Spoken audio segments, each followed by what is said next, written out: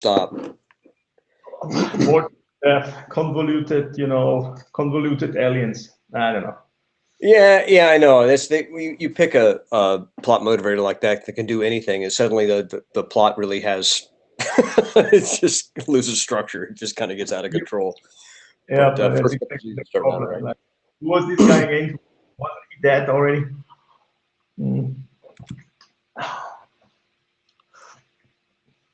All right, we are just a minute after right now. What's our head count look like? Oh, it's actually looking really big. All right. Since we are tight, and I think they probably chop us off, they might give us some overlap, but we've been chopped in the past, and we can be long-winded. Let's get rolling.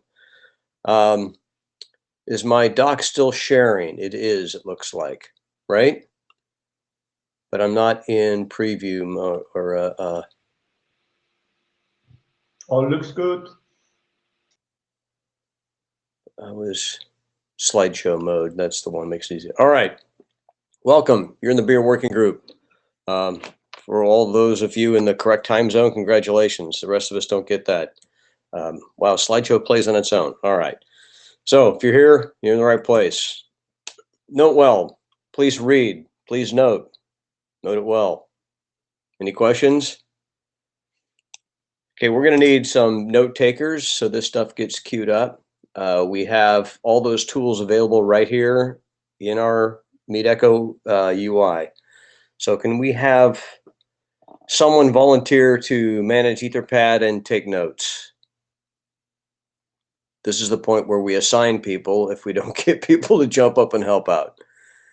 Anyone? I know it's early for some of you in the West Coast or even the US or gosh, the other half of the world too. Man, it can't be easy. But we're here and we got to do this.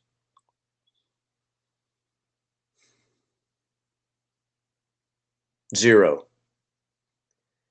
Anyone else even hear me?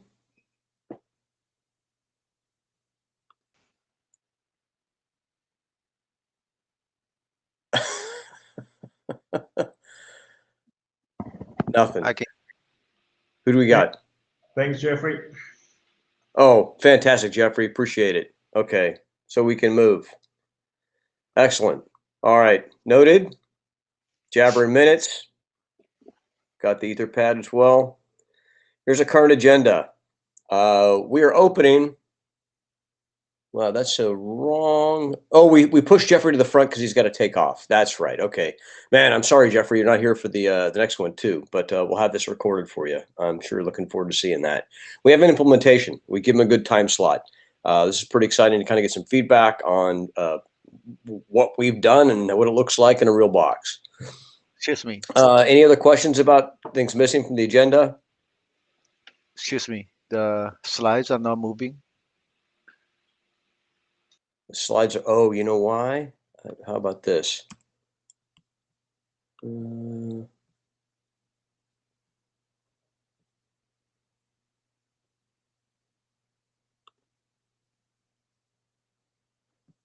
right.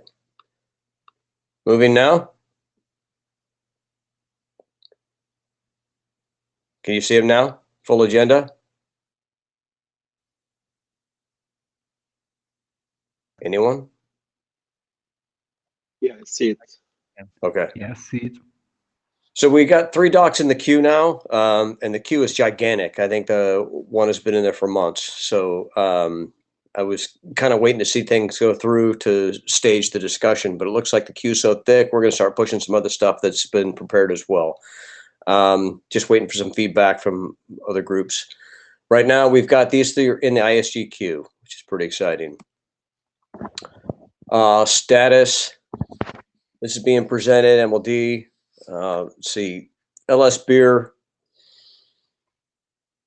Yeah, so according to the Shepherds, it looks like it needs to be updated. We're looking for Guyan to do that, and we'll move on from there. The MLD Comment? extension. Oh, Maybe go ahead, Stig. PIM here. Should have PIM here. What are you talking about? I'm lost. In the MLD extension, I'm presenting it today, but it hasn't been, past last call yet. Yeah, right. This is just status right now. This is what's happening to it, right? It says IGMP MLD extension is in the ISGQ. Beer MLD is being presented in the meeting. Is this not correct?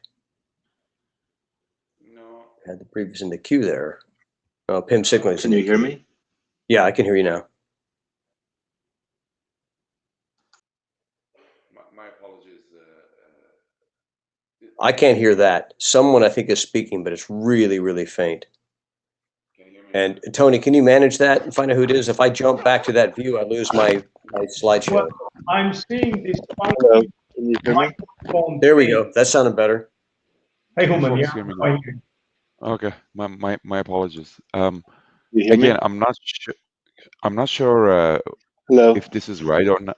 Can you guys hear me? Yes. hello, Yes. can you hear me? I hear both of you now.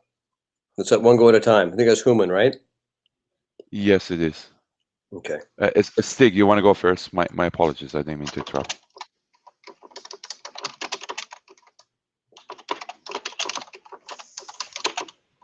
Okay, so in that case, I keep talking. I think the PIM is the one in the queue. I'm not sure about MLD. I think that's what the Stig was trying to bring in the. Yeah, so this is right. PIM IGMP MLD extension. I don't think that's the right draft, though, right? It's draft IETF beer PIM signaling that is in the Right here. IESG. Yeah, Right. This exactly. signaling, right. This one is, I think what she's referring to is an actual PIM draft and IGMP that's in there that I guess has dependency in the beer MLD. Oh, okay. I see what you mean. Yes, understood. Okay. BRLS extension, we have, again, we're looking for that to be revved. And PHP looks like it's last call and move on. It's one that's in the queue that we got response from. I think we have a Shepherd for, and I just was staging them out. So we'll start pushing those on through as they go. Same thing with EVPN, possibly next call. And we definitely need Shepherds for it as we move. We're waiting for a Shepherd review of beer ping. We need, gosh, HTTP response needs a Shepherd and V3 needs a Shepherd. Now, I've asked for Shepherds after each one of the meetings. I usually get 2 or 3 and it moves us forward. So here's my pitch once again.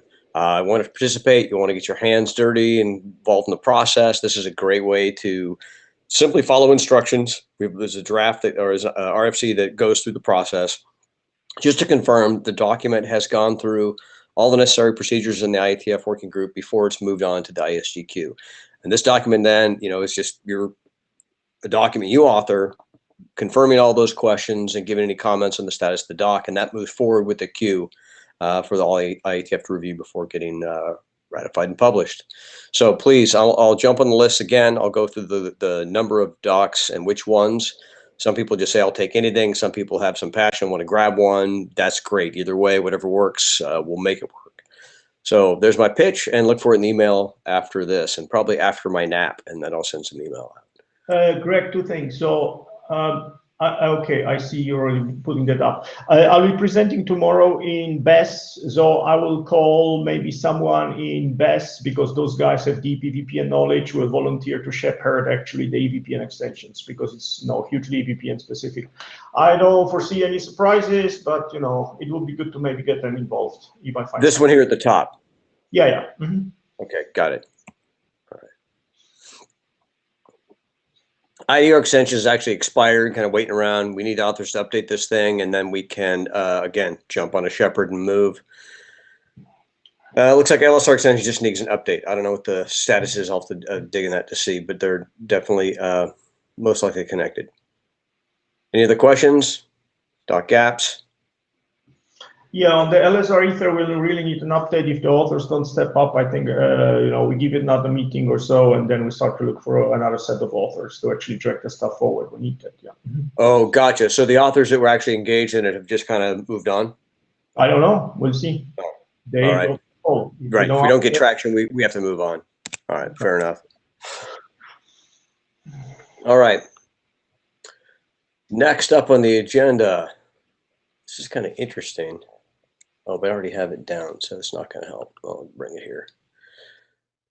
Okay, wait a minute. That's the implementation, and we're going to start actually with Jeffrey. So the docs are not in correct order, but I'll straighten that out. And that's the beer tether doc. So beer tether is there.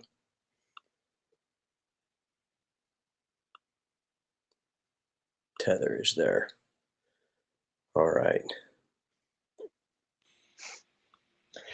I lost your screen. You may need to reshare. Well, Yeah. no, I have to.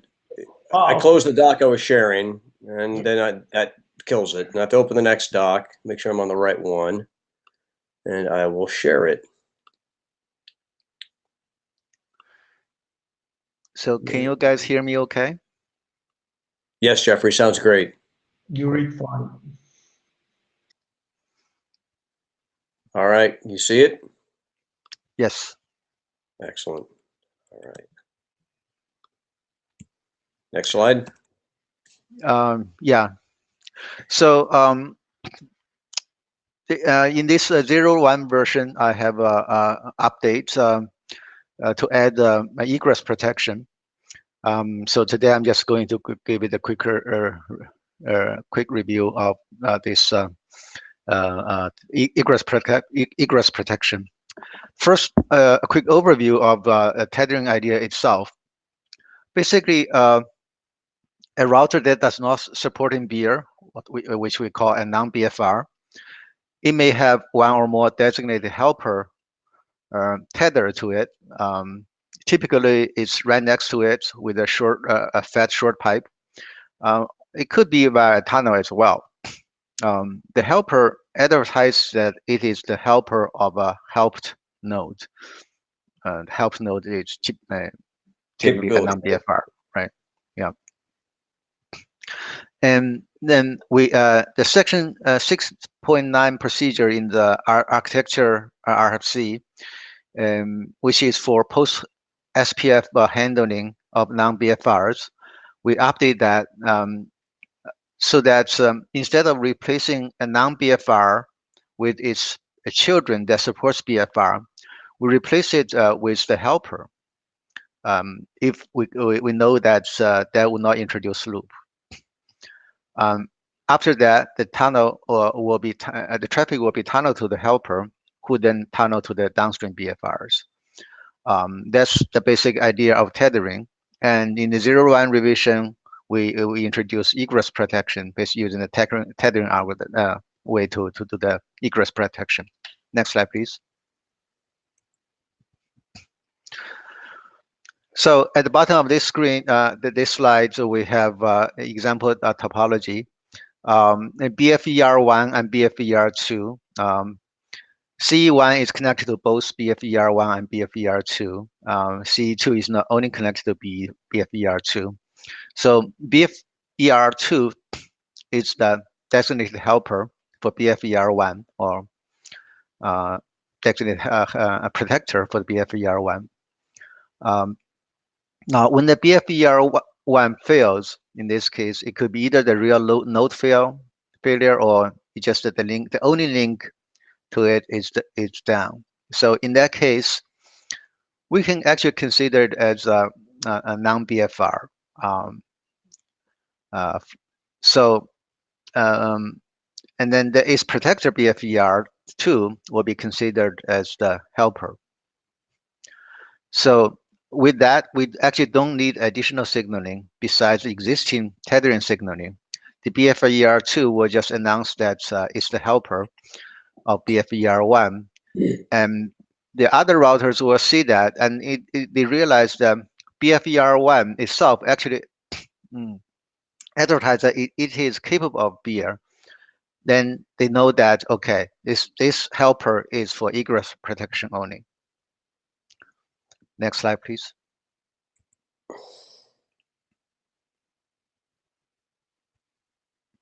You see that? Yes. Yeah. Okay. So here, the BFR1 is the point of local repair. So typically, or in the working situation, BFR1 send the packet to that has the bit for BFER1 on was the BFER1 will send the packet to BFER1 directly, and that is you can see that's at the lower left corner, which has the BIFT for the BFER1. In that, it has an entry for BFER1. That entry has a primary pass, basically says send it to BFER1. And the backup pass says that send it to BFER2. I should say tunnel it to BFER2 here.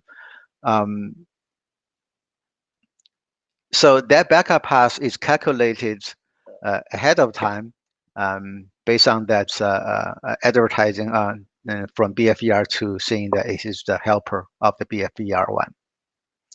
Now, when BFER1 detects that the BFER1 failed, any in-flight traffic that BFER1 received with the BFER1 bit on will be tunneled to the BFER2. Now, BFER2 has its own BIF table. In that table, there is a BFER1 entry. And for that entry, the next hop has a primary pass and a backup pass. The primary pass is to send the packet to BFER1 here. Because when BFER1 does work, we do want the packet go to BFER1 and through the BFER1. Now the backup pass is that to decapsulate the packet and send it to CE1.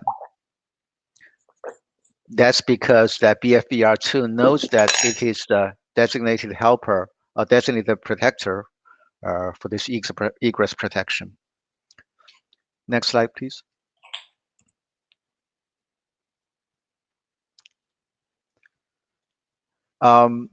It's worth to note that both CE1 and CE2, if they both need to receive the traffic, now when the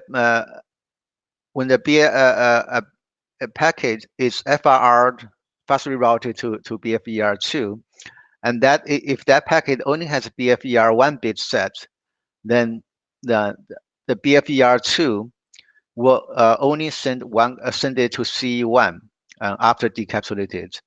It must not send the decapsulated packet to CE2. That's why in this scheme, the PLR, the point of local repair, will not flip the bit that was set for BFER1. It will not flip that bit to BFER2 bit. That's what was done in another egress protection method.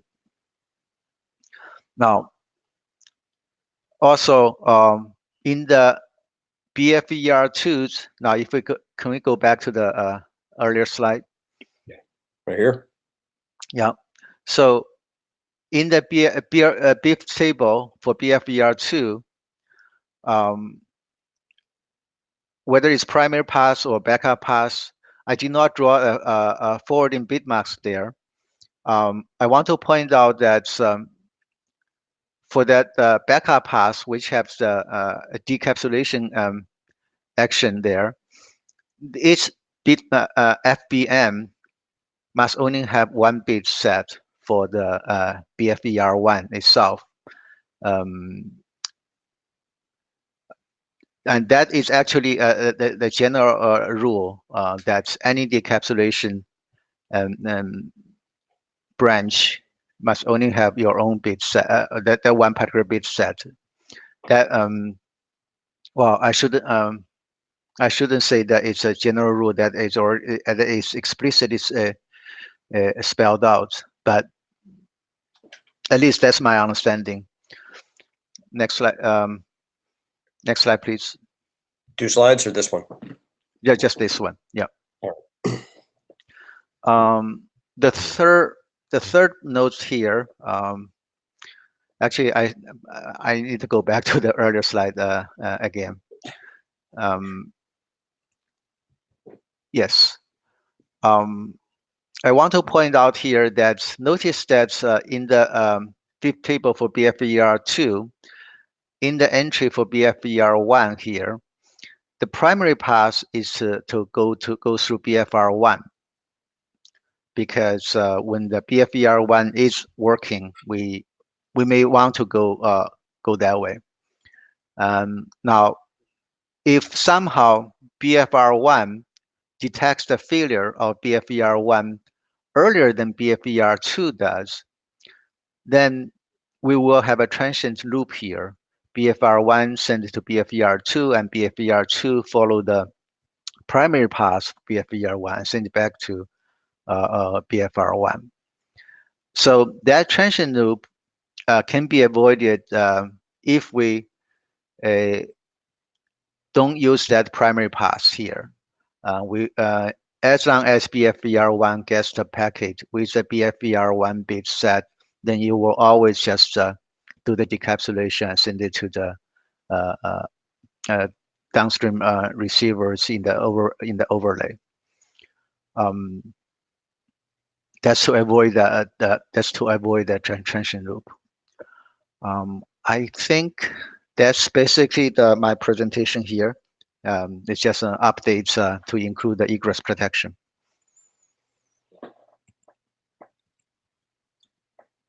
Comments? All right, thanks, Jeffrey. No, there are comments. Waimo, please, on the mic. Got him. Okay, thank you. Can you hear me? Yes. Yes. Yeah, I have some questions. So last year we posted the equals protection draft as an individual draft, and this draft, so Jeffrey proposed a new protection, equals protection. So this new proposal is added into a working group document. So it claims that it reused the helper, but the working group document that defines the helper is different from the protector, right? So in the egress protection, so the helper in fact is the protector, so it's a different concept. It is. So is better to explicitly use a different term, for example, use protector or whatever, because if you use a helper, is confusing. Well, if you need a helper, it's a good solution. If you don't need the helper, I mean, you are presenting your stuff today, right? Which is the direct egress protection. So both has merit, and we should talk about both. So in addition that, because this new proposal is about egress protection, is a different topic. So Yes. I think this should be removed and then placed in a separate individual draft, right? Because this new proposal, even this technically, this new proposal have some issues. So I will send those issues on the list, and because we don't have enough time to discuss those issues. Even though, so my main question is that should the author remove that egress protection part from a working group document and then place it into a separate individual draft? Your point is valid, Huaymo, and I think if we could actually find a common framework to have one single document with all the ideas for the egress protection and then work on that, that will be the best outcome. So we don't have multiple documents flying for special cases. Yeah, definitely. If we're talking about capability messages, right? We'd like something consistent if possible, and consistency as well in terms of where in the network are being protected. So we have a integrated set of tools instead of an overlapping set of tools. So procedure-wise, if we want to separate this out to an individual draft or merge with another draft, procedure-wise, I am fine. But I do want to point out this is very well integrated with the tethering solution, because in the tethering solution, a helper which is BIER capable that helps a non-BFR, and when it is used in the egress protection, the helper becomes a protector, and it protects the protected BFER.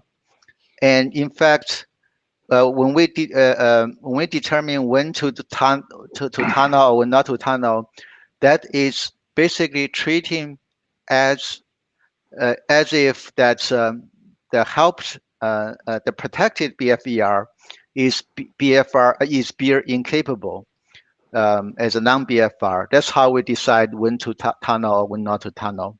So it is indeed extending and the BIER tethering procedure to do egress protection.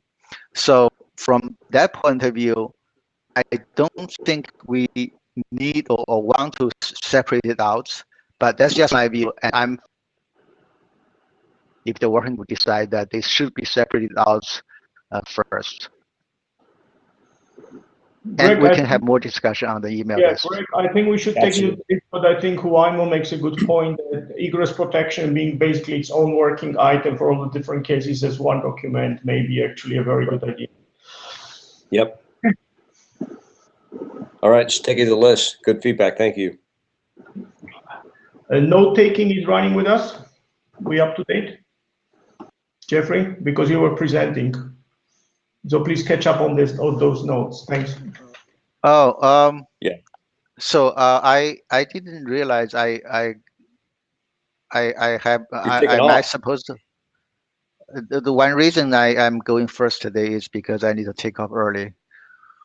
Ouch. So, yeah. All right. So can you find another note taker? Put it in your lap. Who can jump up here? Jeffrey's got to take off, is why he went early. Someone. I think MeetEcho needs a new app where we randomly select a participant and they become the note taker. Yeah, dice, throw a dice, yes. Gentlemen, we need note taking. This is, refusal to perform. Okay, Greg, I will take I see note. Torlis is on Jabber, so he's prepared. Torlis, can you do it for us?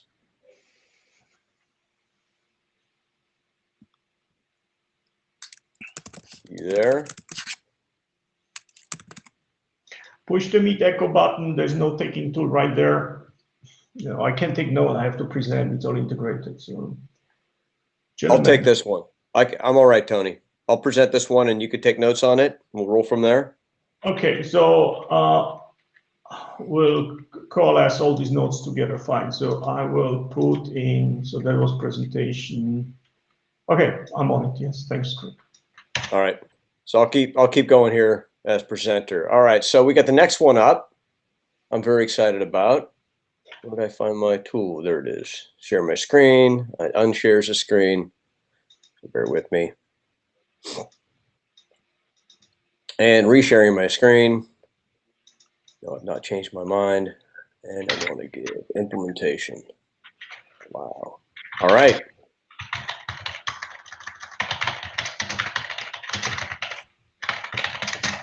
I don't have my agenda in front of me because I switched docs here.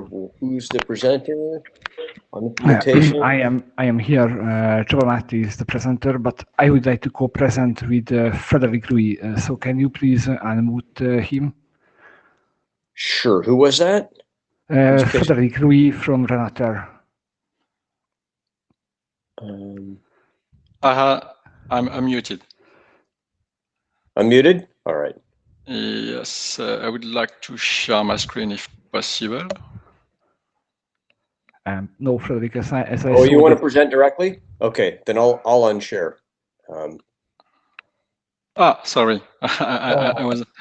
Is it okay? Well, as chair, you have a lot of buttons you can push. That was fun. Oh, can you see my screen? Yes. Can you see the? Can you see this? So let's start, and thank you for letting us present our letting us the chance to present our work here. The presentation is quite simple. It will present you the RAR free router BIER implementation we did so far since 2017. So the good news is that we have this BIER implementation on 3 data plane. And I'm not sure if you are familiar with P4, but we are using P4 BMV2 virtual switch data plane in order to learn to do our homework, and then we transpose the work all to the whole work we did with the Tofino switch, which came from initially Barefoot, now called Intel. And we also progress with the DPDK data plane. So I will be co-present this 20 minutes with Xaba Mate, which is the RAR router lead core developer, and I'm just the RAR project working both for Géant on behalf of Géant, and I'm the technical leader of the project. So real brief agenda. We really quickly present the project. BIER RC draft implementation and the experience, the BIER implementation experience we lead since 2017. A word about interworking, and one focus on loop and rolling topic with a BIER application, and a very small conclusion. So the RAR project, RAR stands for Router for Academia, Research and Education, and started in 2019. And the group focus was to simply try to couple a control plane with multiple data plane, and by interfacing the two, we can have a fully functional router working at different data plane rate. But basically, it will leverage the hardware capacity in order to provide some interesting some feature that are specialized per use case. So the idea is to the real idea behind a RAR free router is that it's one familiar platform that can be used to create multiple solutions, and each solution will address multiple use case in the research and education. Of course, it's not only about research and education, it can also fit your own use case as soon as it is compatible. When I'm talking about use case, it's simply because we are using one control plane, but multiple data planes. And depending the use case you would like to address, the data plane will be different. Whether you would like to use a pure label switch router as a P router with MPLS, you will go use a hardware that is able to switch, that is capable to switch 100 at terabits, that traffic rate. But if you are using a small home office router, you will enjoy the DPDK data plane flavor that we can provide. In this situation, we have recently the team has recently implemented BIER, and this is the what we plan to present you today. So not just to give you some idea about what we did. The data plane we support now is P4 BMV2 Tofino switch. We are studying the possibility also to run our code on FPGAs. We have a P4 emulation already in our Git lab, and this emulation target are implemented using libpcap and DPDK. We are in the discussion with Broadcom in order to see how we can leverage NPL to apply our code to hardware like Trident 4 and Jericho 2. This is the P4 lab we are running in Europe. Since yesterday, we are connected to Chicago in the US, and from there we have the possibility to reach the whole research and education US area. So we are working with Tennessee University, Northern University, and Caltech also in order to provide this live P4 lab. We are using this lab to test the beer implementation, where, for example, some nodes are hosting some bare metal server that produce source multicast source. Sorry, and we can also we can also connect a receiver on top of this green box. I have a question quick. You just mentioned Chicago. That's StarTap, right? Is it still called StarTap? Starlight. Starlight now, but that's the like University and Research Education peering point. Yes, exactly. Yes. Okay, excellent. So actually, you have access to the entire I2 infrastructure, but those are the universities that are currently actively working. Excellent. Exactly. This is the idea. Excellent. Please Thank go you. ahead, Xavier. Sorry, nothing forget about it. Yes, sorry, my bad, my slides. So yes, the beer implementation we have is at the moment focusing on the MPLS encapsulation. I know about the others, but currently, as far as I know, at least for us, the MPLS encapsulation is the target. And this is what FreeRouter have since beer became RFC. In software data plane, that is when FreeRouter itself handles all the packets itself in the Java control plane and do the forwarding itself. This data plane supports all the B strings written in the beer MPLS RFC.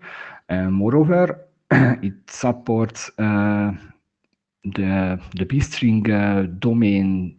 So I mean, when you have two beer domains, one running on a B-string length A and other on a B-string length B, and the domain border router have two IGPs and have to decapsulate, and if it goes from the bigger to the lower B-string length, then it have to emit two packets with two different SIs on the lower side, and the same on the backward direction, but obviously it won't duplicate the packets.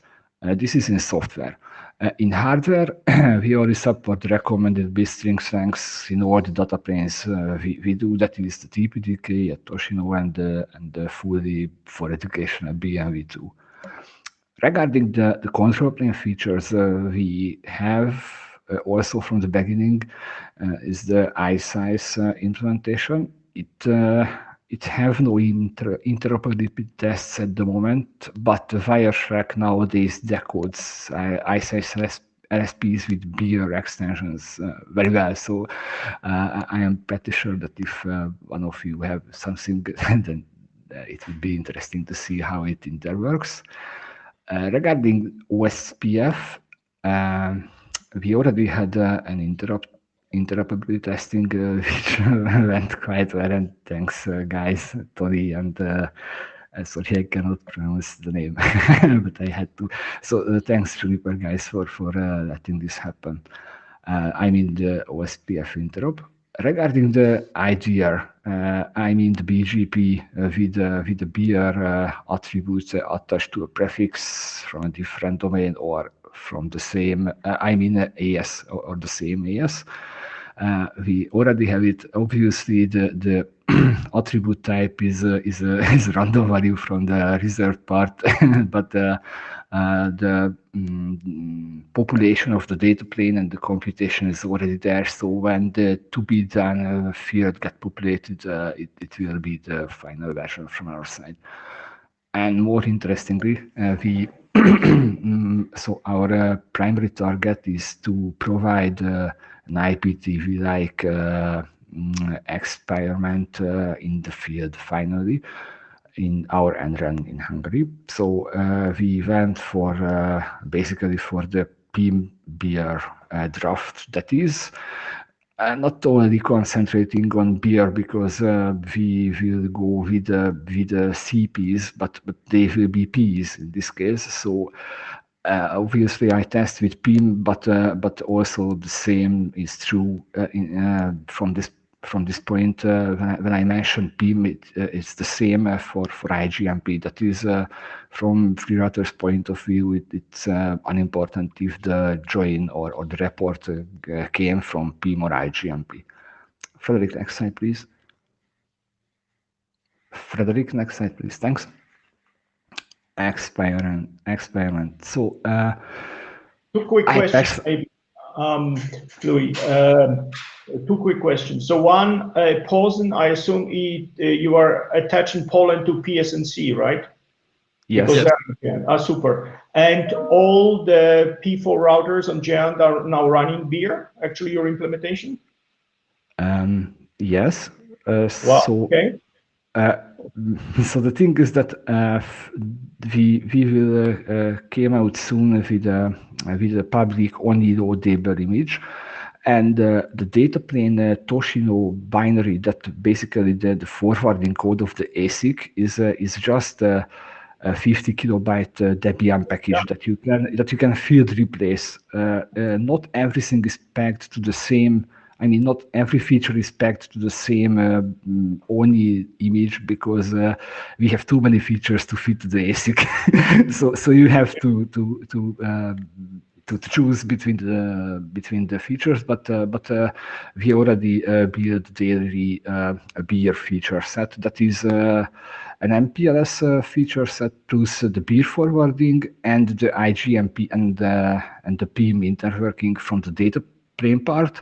The software, I mean the control plane part is unlimited, so it is the same FreeRouter regardless which data plane you are using.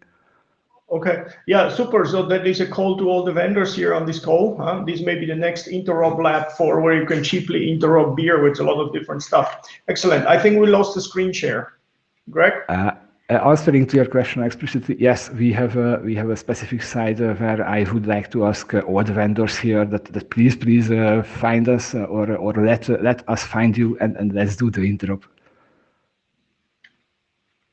Okay, I granted the screen again. Yeah, so let's continue. Time is precious. Okay, so basically how it could happen. When you came out with the draft, I started to study it and started to implement it on my home network.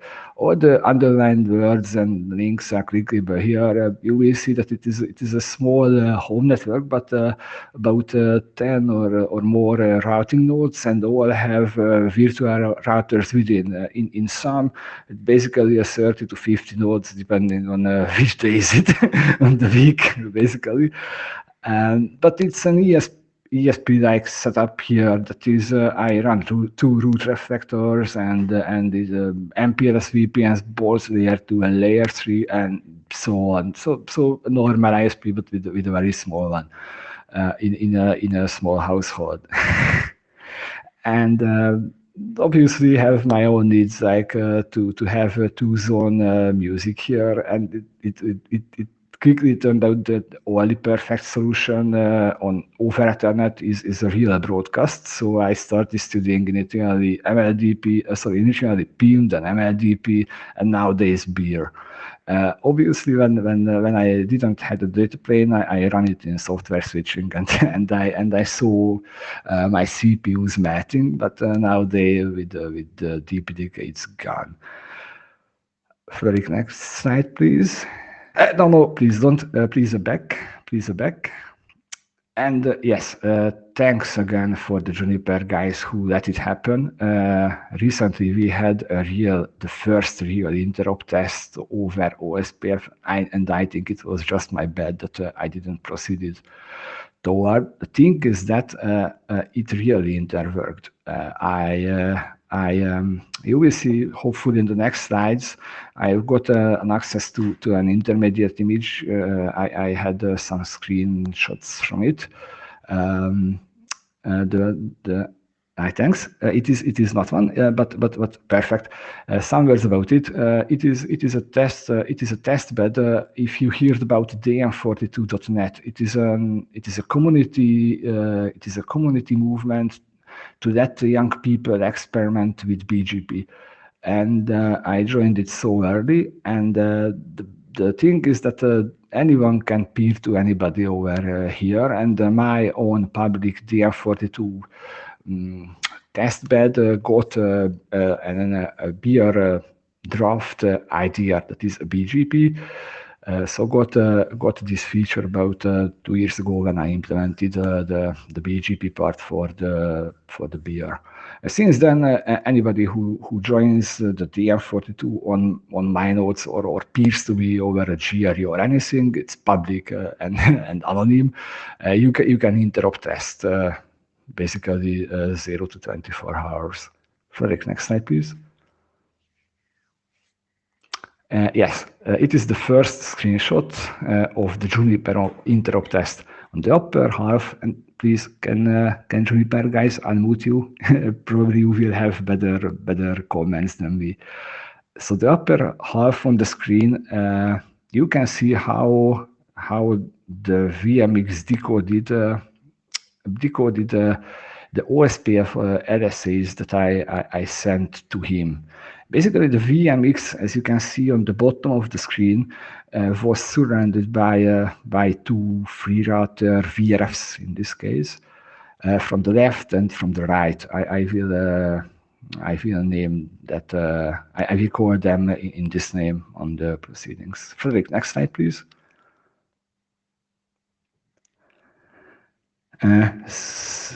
So the beer forwarding table from the Juniper's point of view, remember the left and the right were on the G001 and G002. And from the left, which is the one, the VMX here, the 222.111. And it picked up the prefixes perfectly, immediately, without any hacking on it. And on the next slide, you can see that the BFR ID embedded, attached to the, sorry, please back. Okay, no, okay, perfect. So on the bottom of the screen, you can see that how VMX attached the BFR IDs from the prefixes to the next hops, basically. But yes, I think it is attached to the next hops from FreeRouter's terminology, but I think Juniper have a different terminology for it. Never mind. And the other thing you note that my implementation advertises random labels every time, and Juniper picked it perfectly from the start. And every time I reloaded my side, it worked fine and repopulated the tables. And on the middle of the screen, the 123, the /60 is the Juniper's own loopback address in this domain. Obviously, he didn't allocate it for himself a loopback label, or I don't know how to call it. Frederick, next slide, please. Yes, detailing the forwarding, the beer forwarding table with the next hops from the Juniper's point of view. This is the B string on the wire, basically dumped to you in binary. It is a very, very useful thing because when you open the packet capture and you convert back the binary to hex, it is the same what you can see in the after the beer header, in the B string part. And again, the next hop associated to it and the outgoing interface. Frederick, next slide, please. This screenshot is my buggy sheet, sorry. So the OSPF from the left and the OSPF from the right. Basically, nothing interesting. I used the 111.111 and 111.222.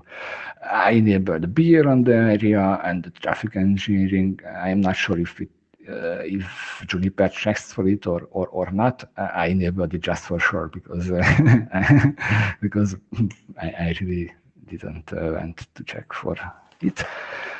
Later I did anyway. It's just when the screenshot was taken. Yes, and the loopback from the left of the Juniper and how I attached the beer index to that prefix. Frederick, next slide, please.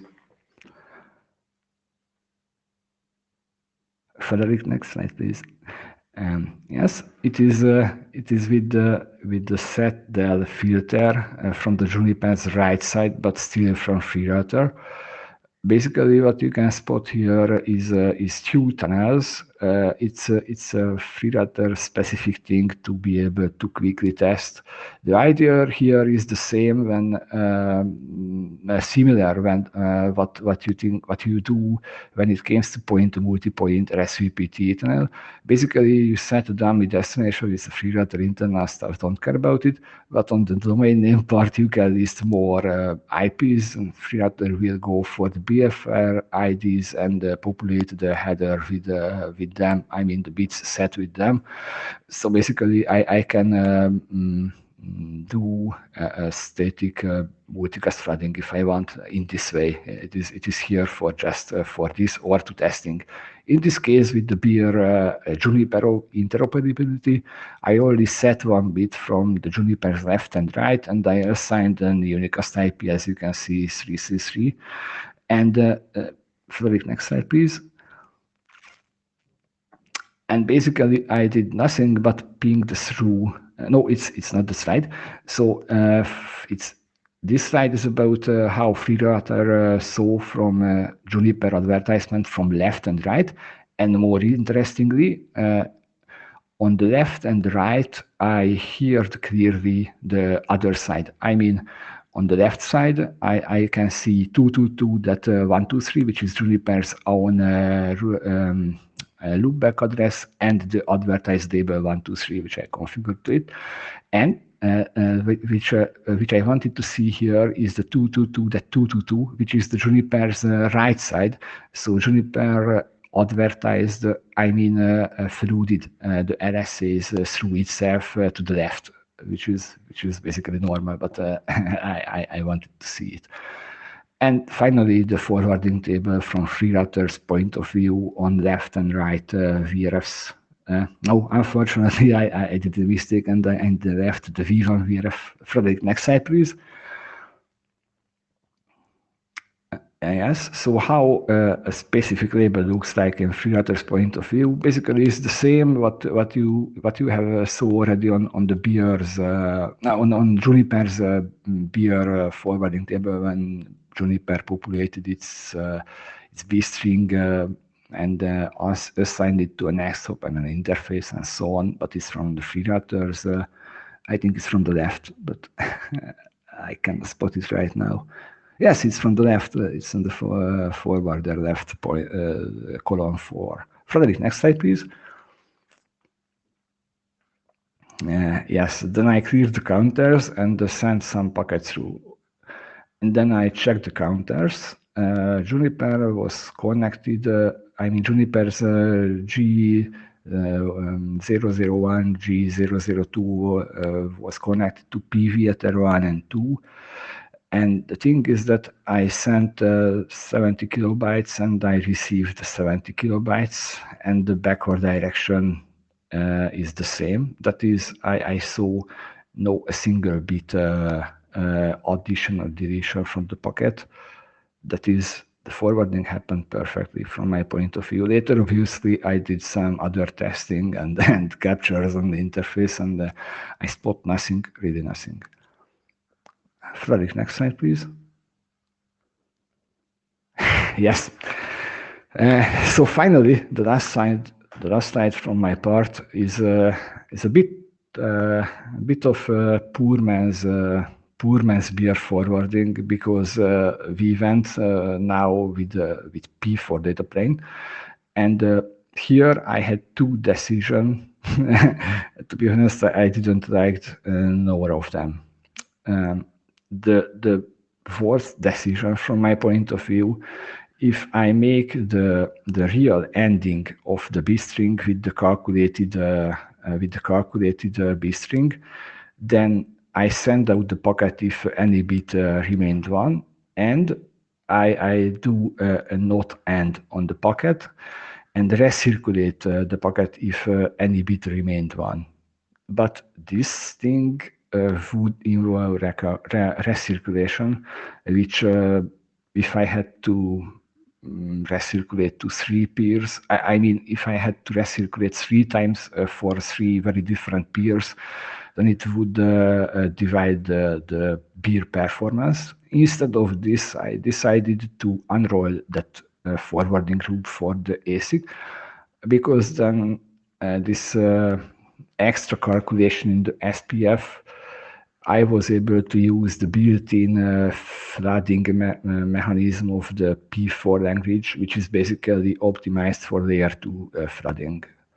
And the thing what I described here is basically this. I don't want to explain too more, or only if you are very interested in it. The thing is that I think you will see some low-end ASICs in the future that would decide if they go with R-rolling or recirculation. If you have any clever mathematics over there, I would like to see a draft and the proof that how can this R-rolling be done well.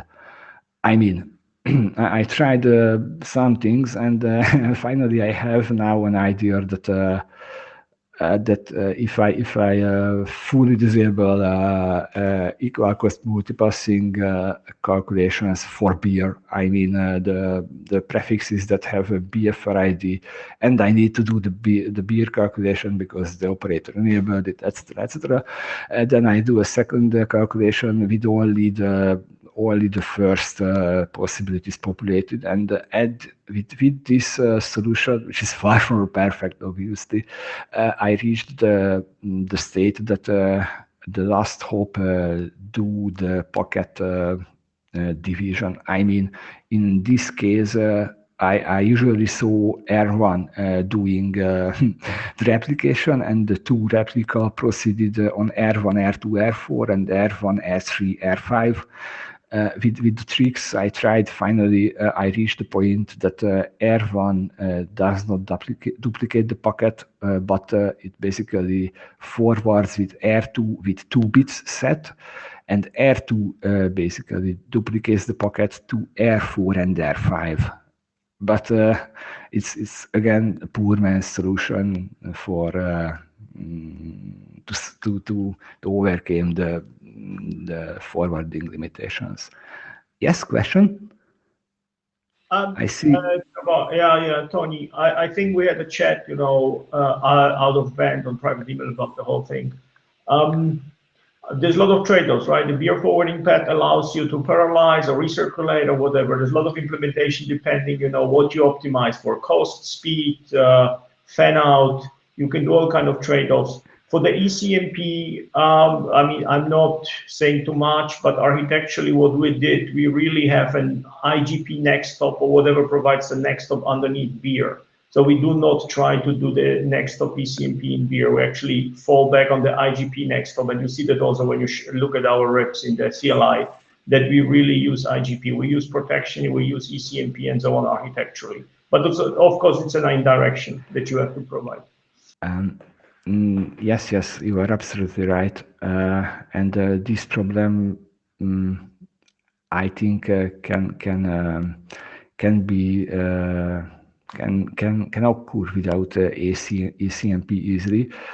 I personally spot it on an ECMP topology, and that's why I came up with this slide and this drawing, because that's what I use in my home network, basically, that I have 2 P routers and 2 P routers attached to the loudspeakers. I agree fully that the forwarding solution we are using can result suboptimal duplication points without ACMP also. It's absolutely true. But from my point of view, what I am planning to, I mean, the forwarding AC code is tuned to at the moment, is to avoid as much as possible recirculation, and it's true. So we really do not recirculate for beer replication, but then I had to unroll. That's it. Yeah, of course. Yes. I mean, recirculation, we both know, is very, very costly ASIC-wise, but it's also very costly to carry a lot of packet descriptors to the chip. So no free lunch. Yes. Yes, yes, absolutely. The only thing that I am aware of and we need to document with this thing is here in my testbed, I run it over. So basically all the nodes have a 4 or 5 or 8 maximum gigabit connections to a common layer 2, and the routing nodes here are rooted on the stick configuration when it comes to the hardware, and when I have to replicate 2 packets to the same port, then it obviously will overload it. So that's the only thing we spotted. But since then we had the chat, we have the chance to measure it. I mean, not fully, because we have some limitations with the measurement equipment and so on. But I saw it performing at 50 gigabits already, which is not bad after all. Well, Europe is living now in beer because the first hard rock music has been piped over beer network in Europe. Excellent, congratulations. Thanks. Frederick, please continue.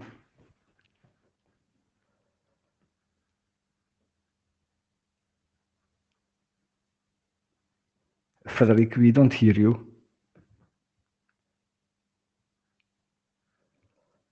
Sorry, can you hear me now? Yes, yes. Sorry. Key takeaway slide. Well, everyone is doing it, but we just wanted to mention that we are also automating all the testing related to all the feature, and beer is included.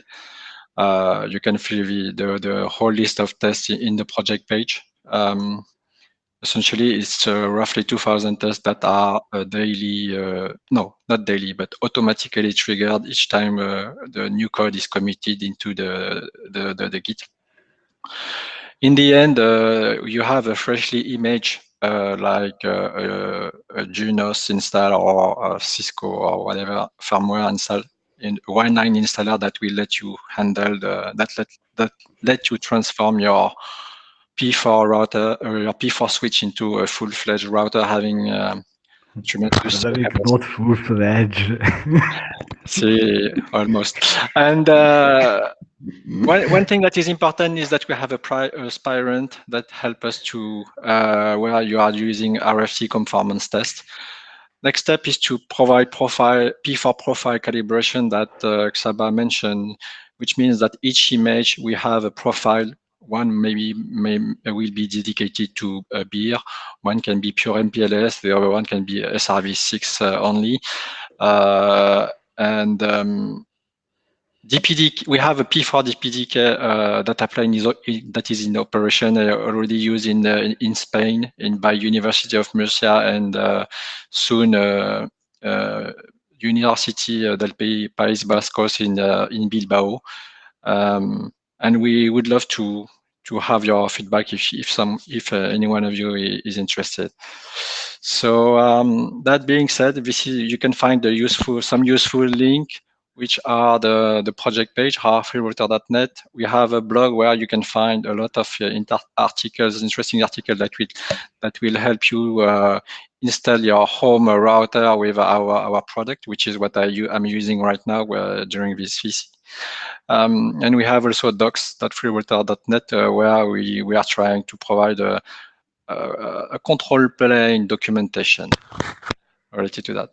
If you want to reach us, you have a RAR user mailing list, RAR dev if you want to contribute and add your own your bits and bytes into the control plane and also the P4 data plane. You are very welcome to contact us.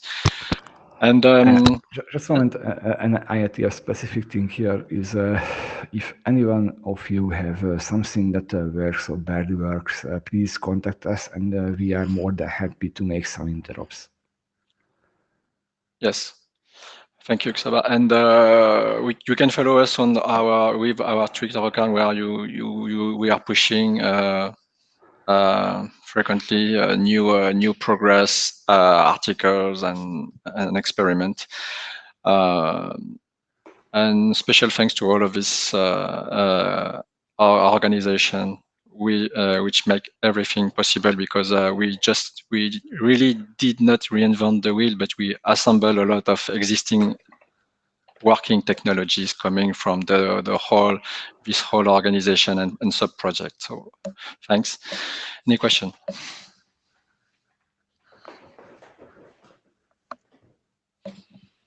No questions on the mic?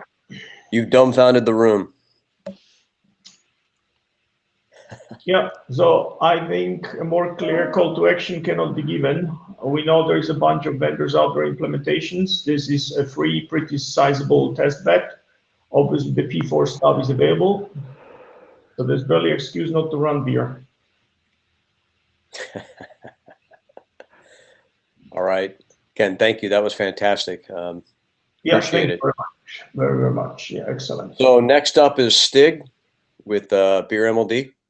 Can I just have a quick question on this stuff? Oh yeah, go for it, Torres. Does anyone know? I mean, I forgot the name of it, but you know, isn't there also an equally large test bed in the US? Are you folks? I mean, I'm not aware much of what goes on research there, but have you folks from GEANT heard anything from the US side? Yes. We were contacted, or we contacted, I cannot recall the history perfectly. So I usually mailed a guy from ESNet, and he gave me an access to a Bastion server where from he told me that I have an access to a P4 switch somewhere in the States at a university campus. And that site, as far as I know, somehow connected to our test. But that is, if you are really interested, please drop me a mail, and I will find the guy, and I will connect you with him. And at this point, we will be. Oh, they don't talk to me, so that's why I'm asking here. Oh, I see. Oh no, they're not allowed to talk to us because of the government. Right. I see. At this point, I will make the communication, or if you have a virtual image, then I can run it obviously, and I can make the interop, or we can have a GRE or anything. I am really on to. Oh, I was just curious whether the US folks in research are also picking up the ball. Yes. No, I already know one guy from the ESNet and the other from the university. I hope the university guy you are allowed to talk to, don't you? No, they don't want to talk to us, or else they are losing funding when they talk to somebody from Futureway or Huawei, right? So basically, I see. Yeah. Okay. Hey, But I know that there is a P4 switch that is surrounded by Juniper and Cisco boxes, and probably others. I saw them in LLDP, and if you can somehow provide the image to them, at this point we can perform a very good experiment, because from Budapest site we regularly can inject broadcast from my house. That if you saw on the presentations link, I did a demonstration where I had the music broadcasted to 2 rooms, but it is available in all the POPs in the testbed. I think it's the same for the States. So basically, when I press the play button here, you hear the same at the States. Thank you. Through beer. Just to be more factual, with respect to US area, they have a P4 testbed, and we plan to connect to this testbed via Chicago. Fantastic. Yes, it is another. Yes, and the third one that I heard about, the ASNet guys are cooking something on top of SmartNICs. But I didn't want too far to ask them what they are planning to do with that. All right, we are crunched time-wise. I wanted to give you guys all that for certain. Some of this connections and getting connected and understand the links. It's all there in the presentation. You can download, take it to the list, and we can hopefully get more people connected. Any other questions or comments about it? We're there. Excellent. Thank you, guys. That was fantastic. Stig, you're up. Thank you. Yeah, hi, is my audio working? Yes, it is. Is my audio working? Yeah, your audio is working. I will share the doc here. Thanks. Is my audio working? Yes, it is. We hear you. Stig, we hear you. You do not hear us? Turn your mic up, or turn your volume up, Stig. Wow, we're having trouble here. Let's get a hold of him directly.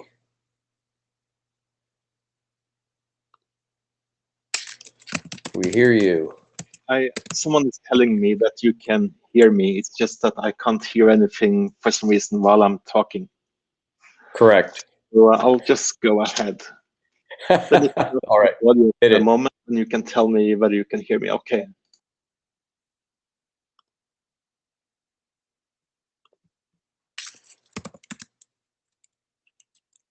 Okay. We can hear you, Stig. So I'll just go ahead. Yeah, please. So go to the next slide, please. Okay. So yeah, this slide talks about the current. It says currently the source address is assumed to be a beer prefix, but that's actually the previous version. Sorry about that. So we used to get the beer prefix by looking at the source IP address and then somehow knowing the subdomain so that we can figure out which beer ID that refers to. But that's kind of a hack. And we figured later that, well, we could get this info from the beer header, but that's difficult when we have basically something operating at layer 3 or above layer 3. So we wanted to do the same as in the PIM draft to explicitly specify the beer ID, beer prefix, and subdomain ID in the message itself. So we got this generic IGMP MLD extension mechanism now defined in PIM. And that is something that we are using now in this draft. So the PIM working group draft passed working group last call and publication has been requested. So hopefully that will move on. Next slide, please. Okay, this is just from that PIM draft that shows how the generic mechanism works. So there's a reserved bit indicating that this mechanism is being used. And then what is defined as the auxiliary data section in IGMP version 3 and MLD version 2 RFCs is being used to contain this extension. So in this report message you see here, there is this extension part at the end of the usual report.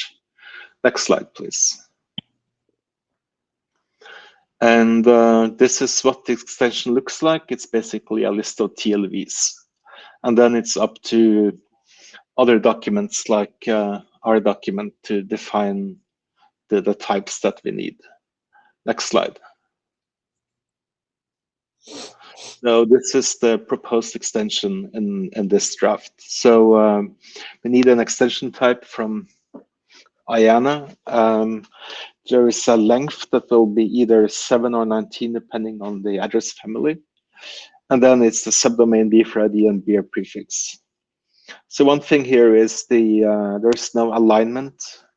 We can fix that if you like, but in general with these TLVs, there's no attempt at aligning. So even if this one was aligned, it would be a problem if the previous TLV was not aligned, like the length would not be a multiple of 4, perhaps. But I don't see a reason to be aligned here. Next slide, please. So yeah, it's a little bit difficult. I can't hear anything while I'm talking, but I'm gonna turn off my microphone here now. But at least as far as I know, this document should be ready for last call. I don't have anything else, at least that I'm aware of, that should be added. Thanks. So let's just take a stab at the room. I think, where's that tool here, if I can find it? There's a voting tool here. Oh, here we go, on top. Countdown. Okay, I'm implementing. Sorry, implementing. Show of hands tool, there we go. Yeah. So this is just, we are on, this is the beer MLD doc. Okay, that's what I'll call it.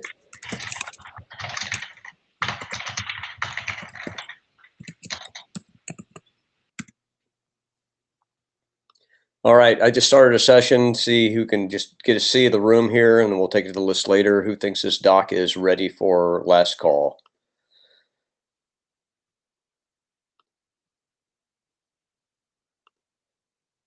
So what do? We raise hand? How do we do this? There we go, here they come. On the voting button should have some funky color, and there is a raise hand, do not raise hand at the top. Got it. See the raise hand at the top now. All right. We got 7 and growing. 8. All right. I think we got a good sense of the room. We'll take it to the list and hopefully move this thing along.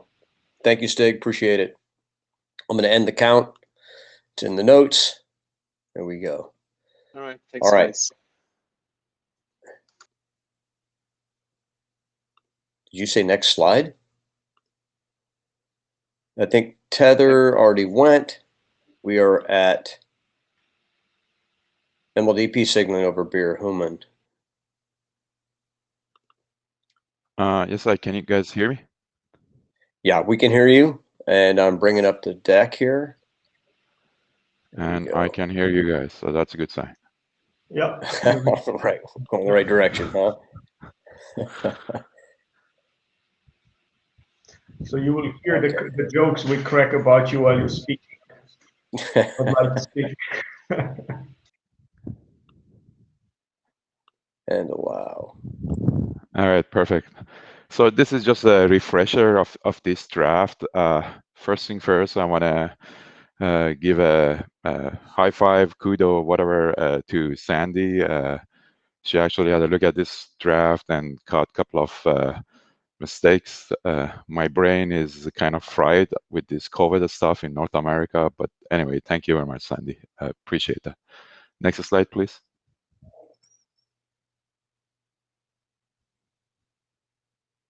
Next slide, number 2, please. What's it do? It says goes 1 to 4. And they're all called 4. So what do you see? I see a slide number 1. Okay, thank you very much.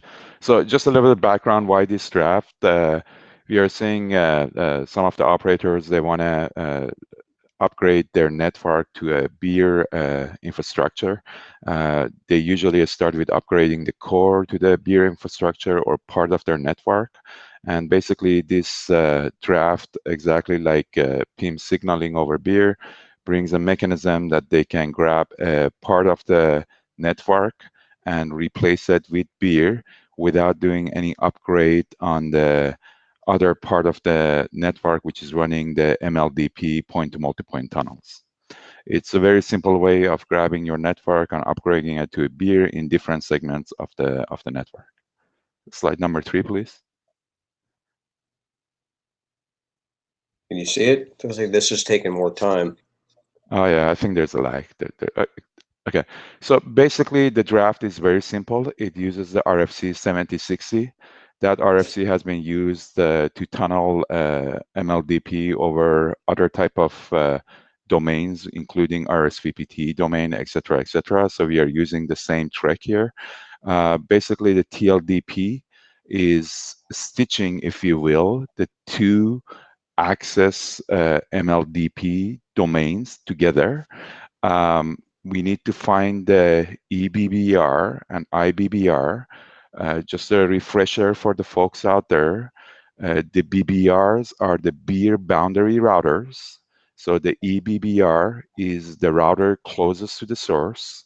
The IBBR, the ingress BBR, is the router that is closest to the host, if you will, or to the leaf. And this is exactly the same as the PIM signaling draft. So the mechanism to find the EBBR, again, exactly the same as the PIM signaling draft. There are multiple mechanisms that can find that EBBR router. When the EBBR router is found on the IBBR, you could actually set up your TLDP session to the EBBR either manually or via automatic mechanism that is beyond this draft. When the session is set up, the TLDP session is set up, as I mentioned previously, it just stitches the two MLDP domain over the beer domain. Slide number 4, please. I hit it. So while it's loading, I'm just going to go ahead. So from the data path perspective, the egress boundary beer router tracks all the FEX, MLDP FEX, and it actually builds a table, if you will, of all the IBBR routers, the routers that are beer boundary routers that are closest to the leaf, that are interested in that FEC. And it will actually grab that signaling information and send it upstream to the root router. And when the traffic comes back, the EBBR actually encapsulates the traffic, the MLDP, the MPLS traffic over a beer and sets all the bits in the beer header appropriately based on the downstream beer boundary routers that are interested, and it shoots out the traffic over the. Actually, I think. Sorry, I think you need to go to number 4. They're all labeled 4. Okay, so to 5. My apologies. Yeah, there's on the side 1, there's a 4, different numbering than the slides. 4, 4. This is the last 4, the third or fourth 4. If I go back to the full view, we can only have 5. Only 5 slides. The slide that says data path traffic flow. That's a good slide. Okay. Thank you. Thank you very much. So that's the slide I just explained. When the traffic comes back from the route, it gets encapsulated into the beer header, and it goes to all the egress beer forwarding routers over beer, and the egress routers remove the beer header and just swap the LDP label and just shoot it to the leaf routers, if you will. Last slide, please.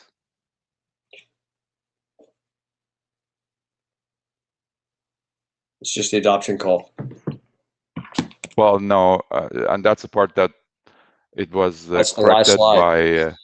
Yeah, so we are not asking for adaptation. Basically, it's already been adopted. Thank you very much, working group. Yes, what it we are is. asking for is if there's any comments, and we are hoping for a last call. Yeah, this is the wrong version. My apologies. Sandy has actually uploaded the right version. Of the deck or the? Yes, the deck. Okay. There is a newer version that Sandy I just was grabbed this kind off enough. of the tools. I just pulled it off the tools. Should I grab it on the deck somewhere, or are we cool? I mean, I did my explanation. I don't think we can. Yeah. We need to waste any more times. The only difference is that. I mean, if you think this is ready, let's just get a sense of the room. I mean, I hope people have read it, but at least so MLD signaling. Sandy's on the mic. Sandy, please take the mic. Go for it, Sandy. I don't want to comment for this draft. I just want to say the materials has been uploaded. Maybe Greg and you need to refresh your Could refresh. yeah. All right. Web. So let's yeah. just get a sense of the room to see where we are. People think this is ready for last call, and then we can take to the list. And Votes while above. people are voting, we have to pronounce deep appreciation to Sandy as secretary. She was saving our bacon all the time. Always.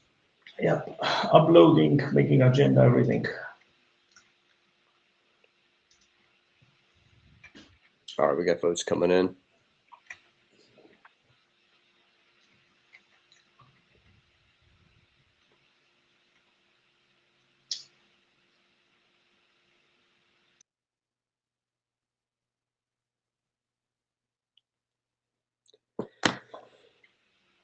All right, slowing down. We got 5. We got a handful. I think it's definitely a sense of who's read and replied, no reject. We'll take this as a list and start moving stuff along. Maybe ask who read it. We're running out of time. No, that's fine. Either way, we'll get feedback on the list. Okay. All right. Next. I'm not going to save that. I think it will be I. Next is OAM. Yep. And presenting.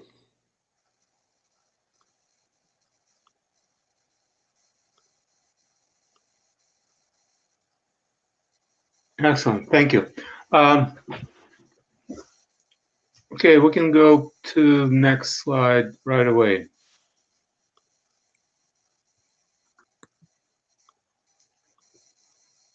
Okay, so the one document that is missing from this list is the recently work group adopted document on BFD, and I really appreciate the support from the group by adopting this work, and it's progressing.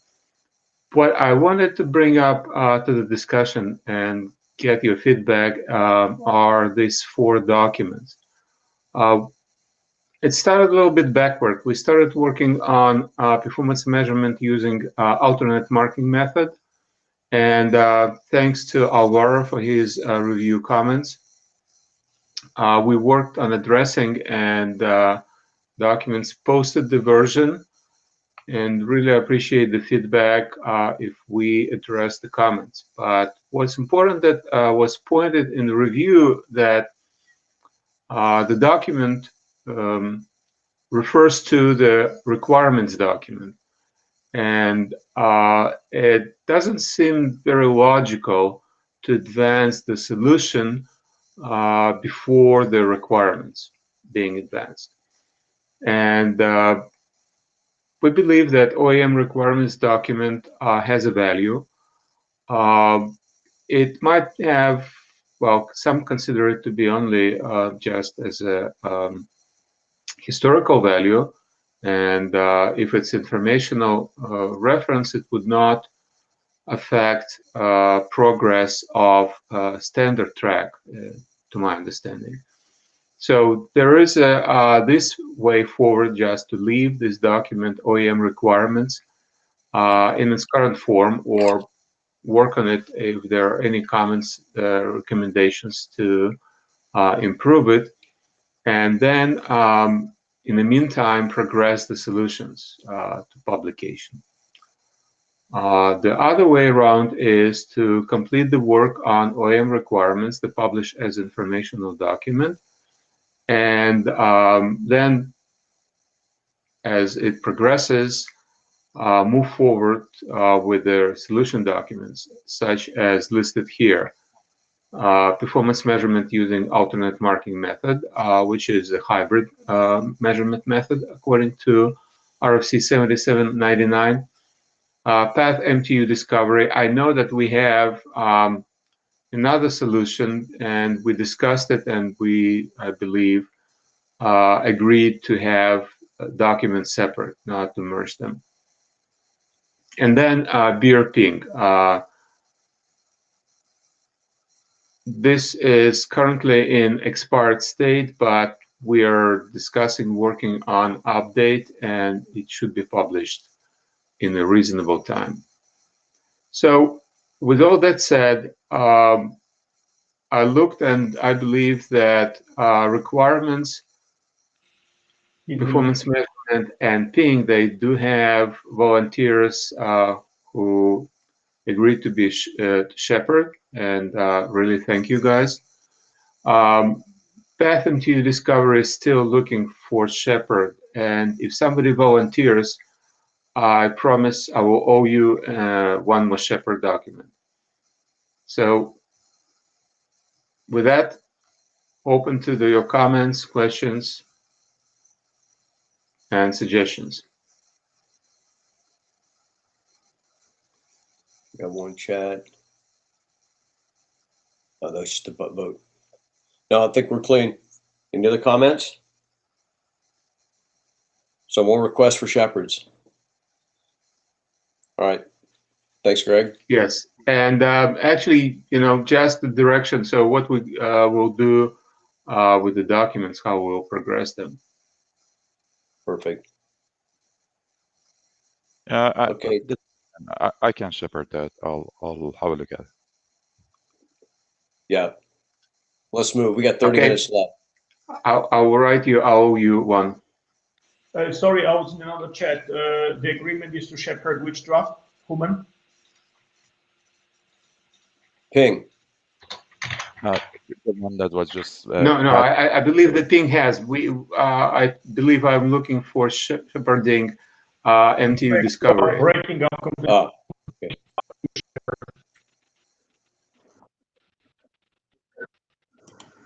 Hi, everyone. Can you hear me? Yes, we can. So today I'm going to present IETF fast result. Next slide.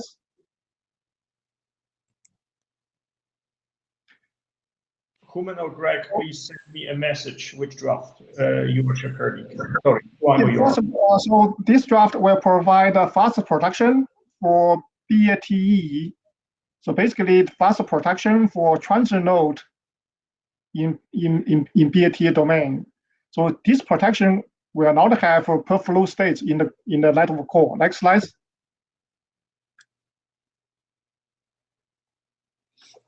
So for the BATE, we have two types of bit positions. One type of bit position is for egress node. So they call the local decoupled bit position. Another type of bit position is for adjacencies, for forward connected adjacencies. So here we use a number plus a prime to represent this kind of bit positions.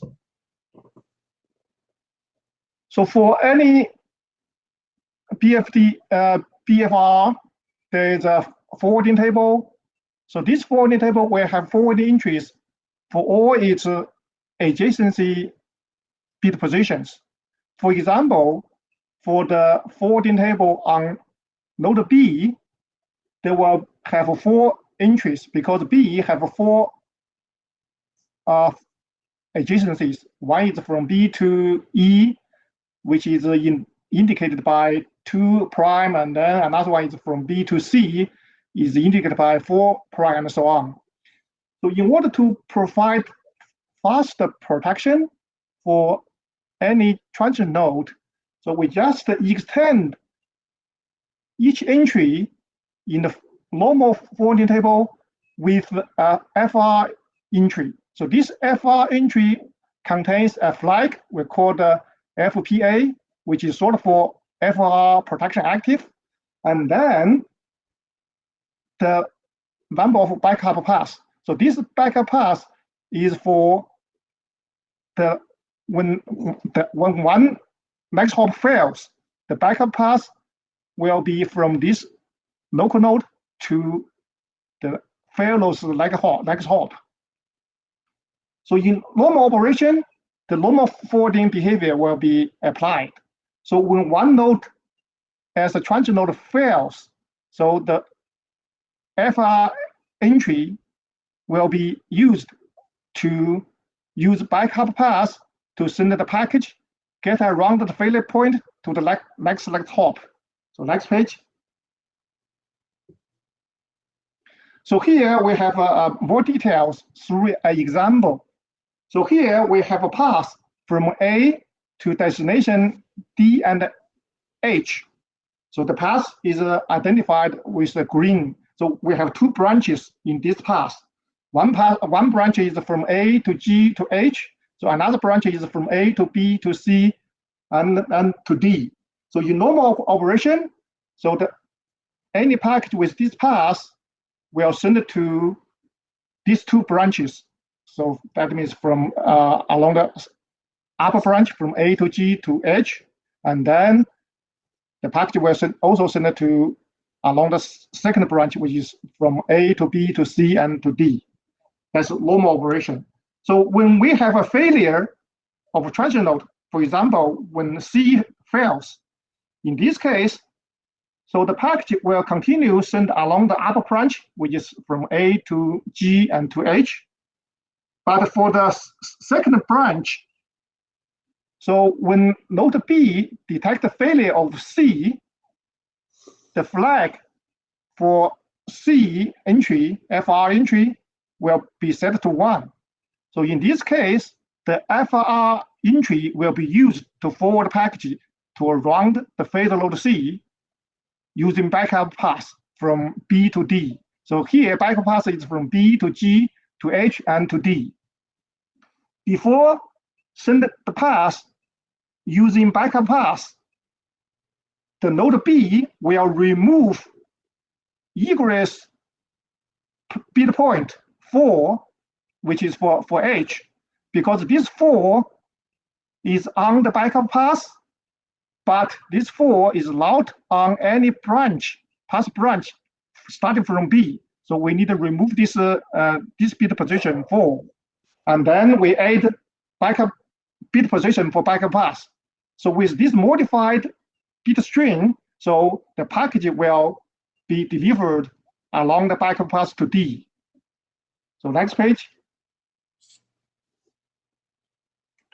So this is an updated forwarding procedure for support BAT-FRR. So for next hop node N, if this node N is a transit node of a path, so the procedure will check whether this node N is failed. If node N is failed, so the node B, for example, B will remove bit position for the adjacency to node N, and then it will remove those kind of egress bit positions if that bit position is on a backup path, and then also but not on any branches from PIR. So after removing those bit position for egress node, and then the PIR will send the package along the backup path to the next hop on the path. So this is through clean the bit position for the adjacency from N to N select hop, and then add the bit positions for the backup path. Then the normal procedure will be used to forward the package along the backup path to the next hop. Next page. So this pursuit code give more details about the upgrades. So basically, the highlighted part is the part for supporting the BAT-FRRs. Next page. So we just would welcome comments for this draft. So first question, Waimo, I understand correctly, this is updating only the BIER-TE path, right? Forwarding path. Yes. No, yes. no. Yeah.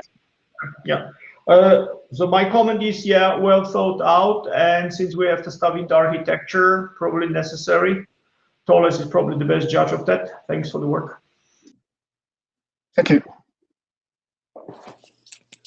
Excellent. Thank you. All right, moving on to the next deck. It is T-egress protect. Same presenter. Oh, you've got a stack of them Yeah. here. Perfect. I'll just queue them up here for you. To egress protect.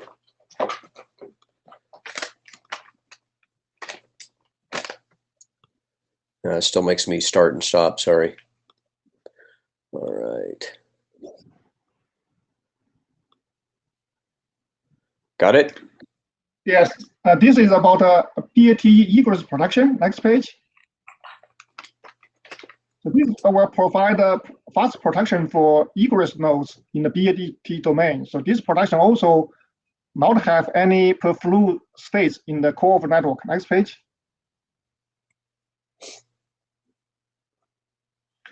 So basic idea is that first we need to configure the backup egress for protect egress.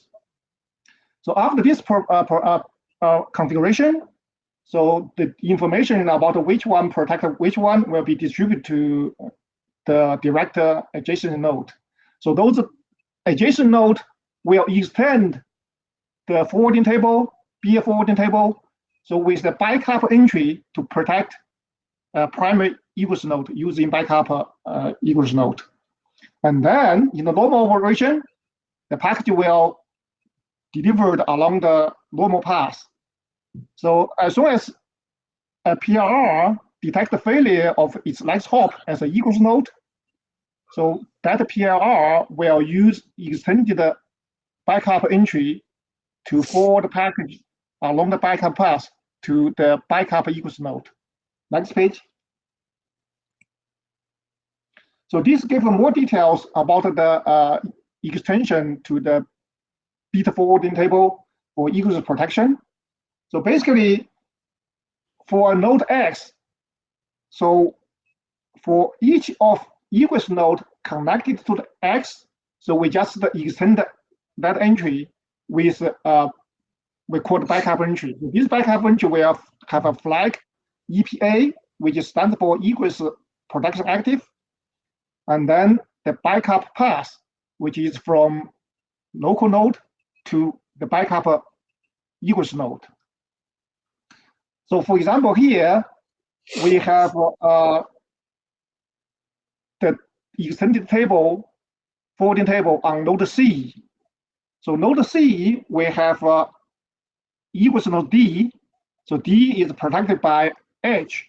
So for the forwarding entry with next hop D as an egress node, so we will have a backup path from C to this backup egress node H. So backup path is here, is there. So similarly for node F, if node F is the egress node, and then we have a protected node for node F, for example, is E, and then we have a backup path from C to E. So in normal operation, so the normal part of this forwarding table is used to forward the package. So when one node as the egress node fails, then the PRR will use the backup entry to forward the package along the backup path to the backup egress node. So next page.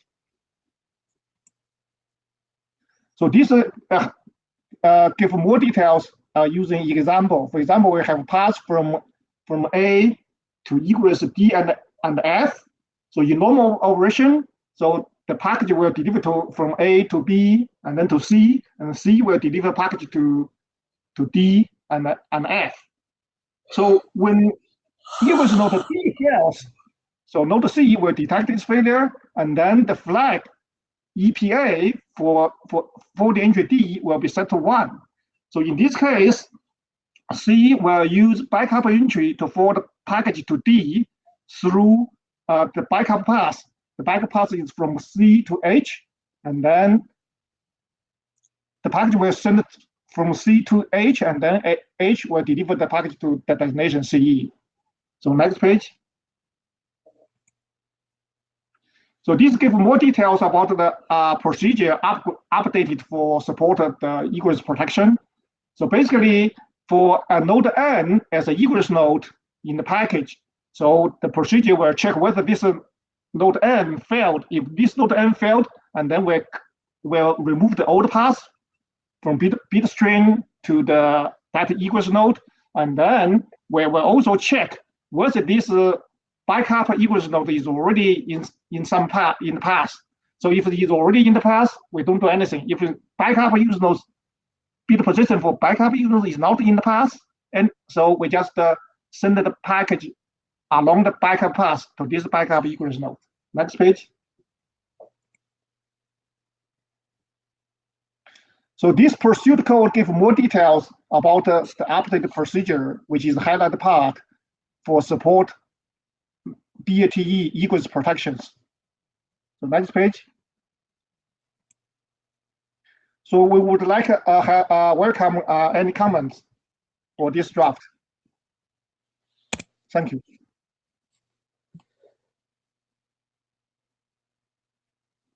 Any comments?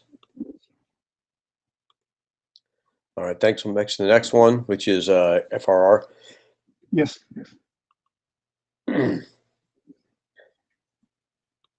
Oh, that's right. It's not going to show it. I got to quit and start over. Sorry.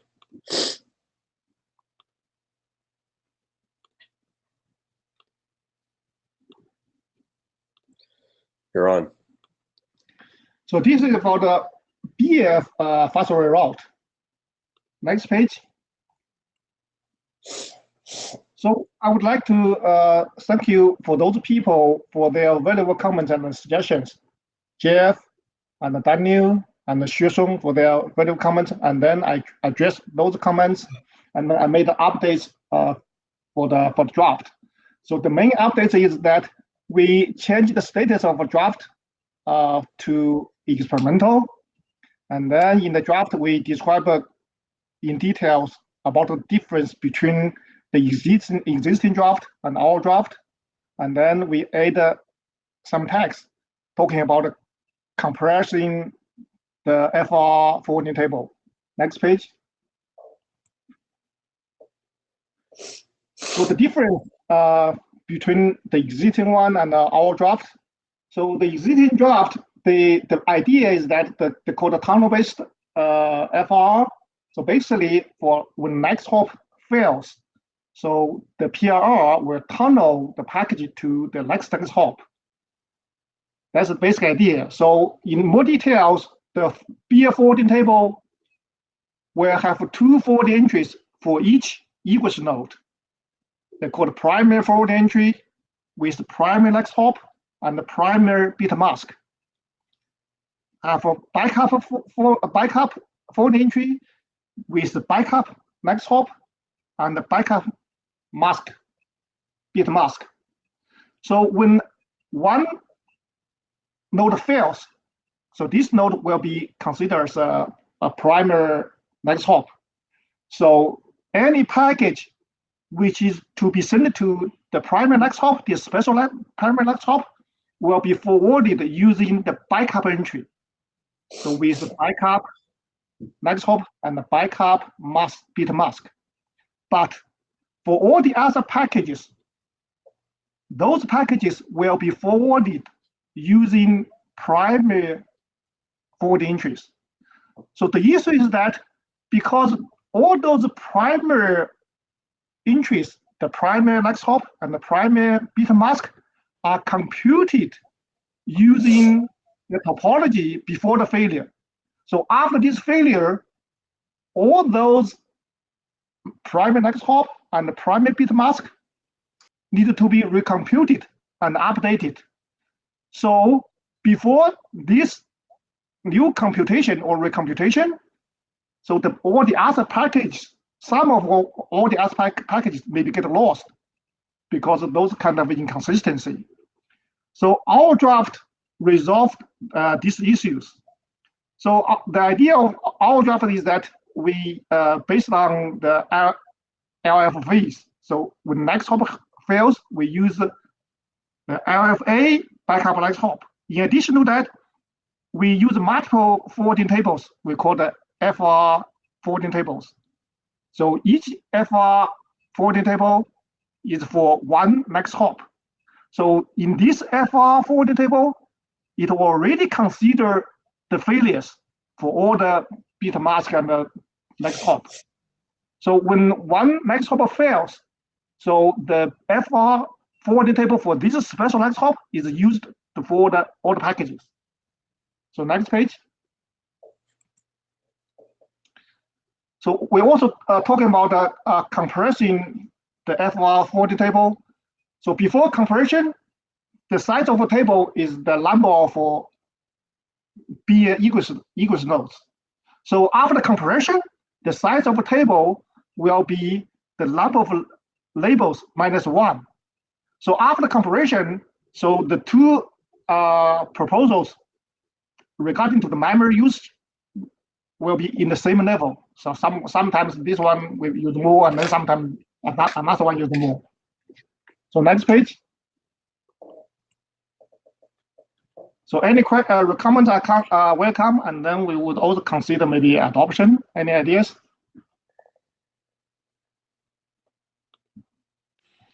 No comments? Any comment? So as work group participant, not chair, well, I originally didn't think much of the whole idea because pretty much IGP is protecting the FRR, but I see the value of that. I mean, so your draft is pretty much formalizing what IGP is doing, but it goes natively into beer.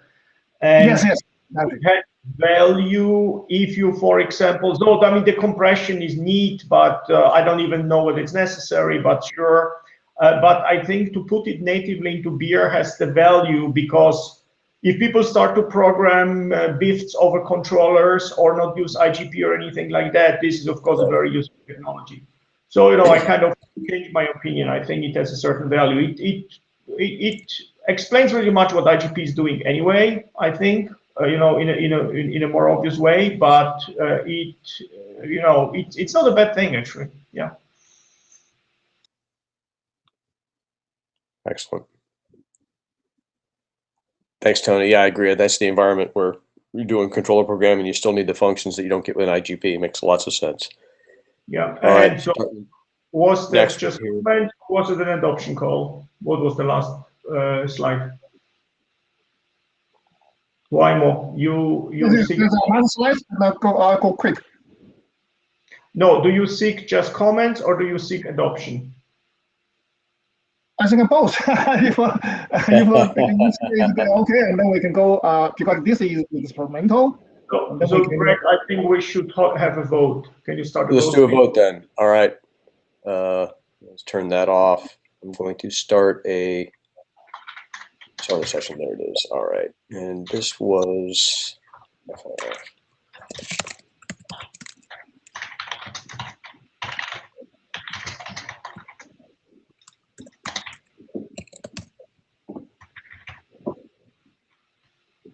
I added a G. Sorry about that. Typing quickly. So this is a FR draft adoption call. Thinks this is.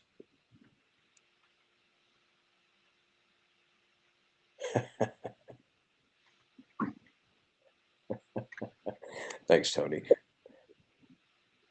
We have a couple of objections. Okay, so objections, please, on the mic, because we have to understand why the objections. So we have 42, okay? Please, comments on the mic. People have two hands, and I think that confuses them. No, you cannot push both buttons. Okay. Can I go? Yeah, go for it. Yeah, go for it. My understanding is that beer, that one of the idea of beer is that does not create a state in a transit node. FRR requires a state in a transit node. So no, because we don't have any per flow state in the transit node. No, because you cannot protect without knowing your next hop. So you're protecting for the specific flows that are controlled from the BFIR. And we have a extended forwarding table. We call the FR forwarding table. We only have this forwarding table is a limited size, and then we don't have a per flow states. But that's exactly what is a state in a transit node. Yeah, but So Greg, we already have, I mean, we have BIFs. This is just a bigger BIF. This is not a per flow or a tree, right? I mean, how much Yeah, that's did you? right. Yeah, Right. that's right. That's limited size. The size is limited. Not per flow states. That's a difference. If we run IGP and protect, we have exactly the same state, just in a different form, depending on the Yes. implementation. To be honest, you know, this is what IGP is doing anyway. It is just folded into bits. Okay, I'll let Yes. other people speak. So let's have a discussion. That's a good one. yes,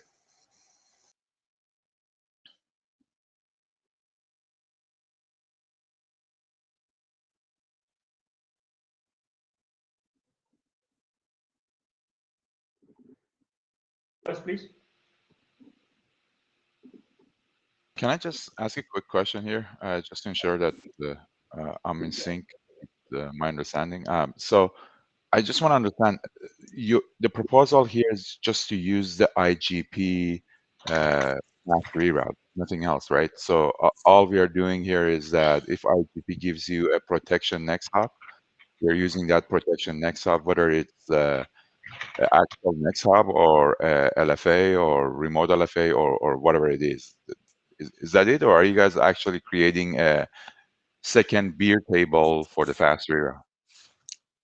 Yes, you see, we have a FR14 table for each next hop because IPFR using IP14 table, beer use beer14 table. So that's in different 14 tables.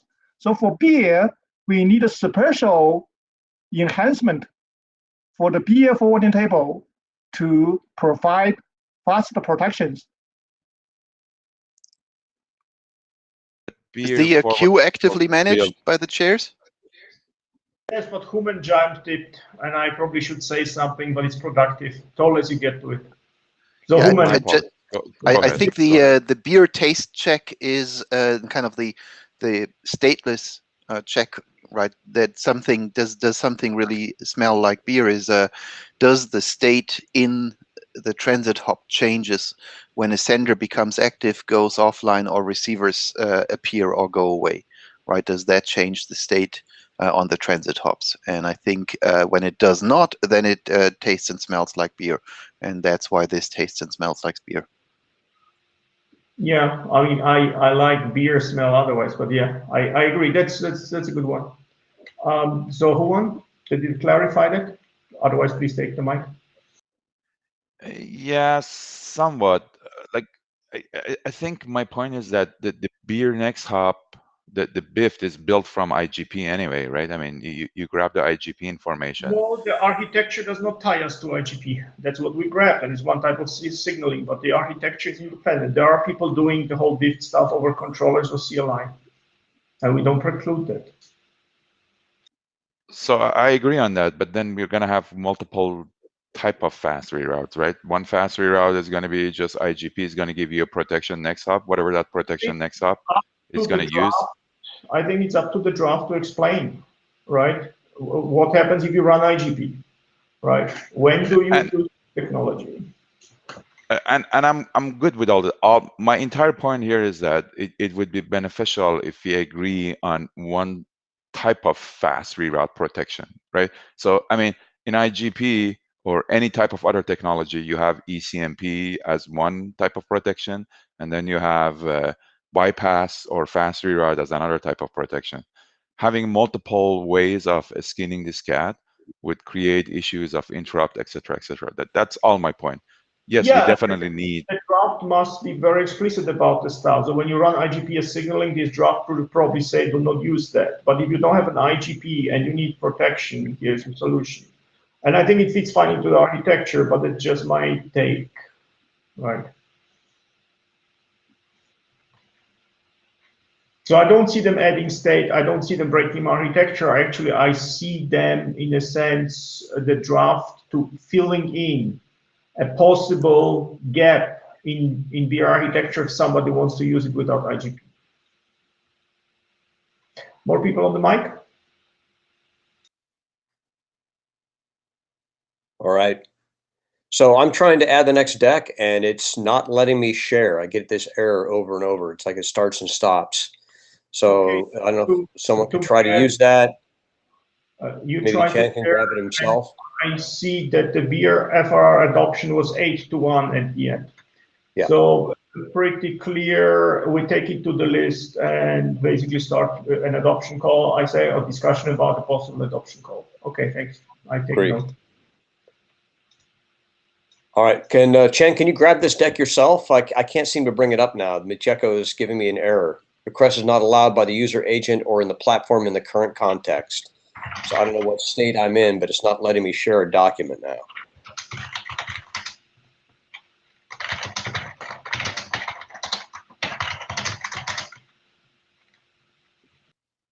Anyone?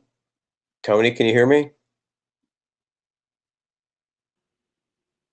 Wow, no one can hear me now?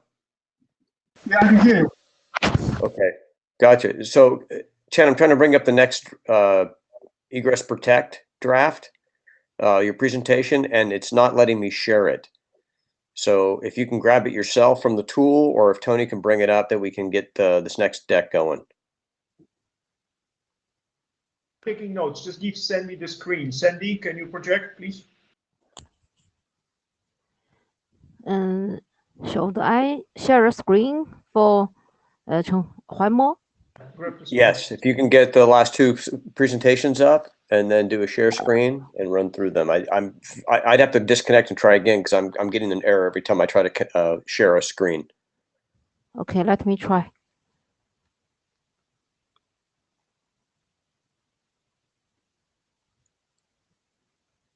Yep, you're granted. There you go. Wow, it lets me grant you, but I can't share my own. Oh, I'd like to choose. Okay. Yeah, you may be having some bandwidth issues. Oh, here it comes. Can you see All it? right. Oh, great, thank you.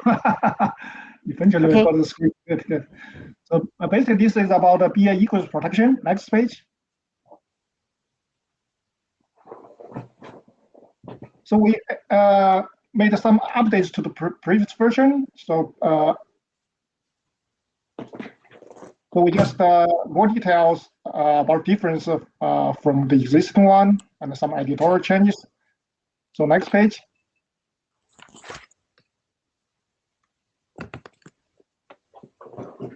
So here the difference that our draft just for provide egress protection, we just use one path from source to egress node, but for existing MOFR, they use two disjoint paths from source to each of the egress node, and then the egress node will select one of the traffic because two same traffic from source to the same destination. So the destination will select one of them. So in this sense, so our egress protection will use less network resource than the existing one.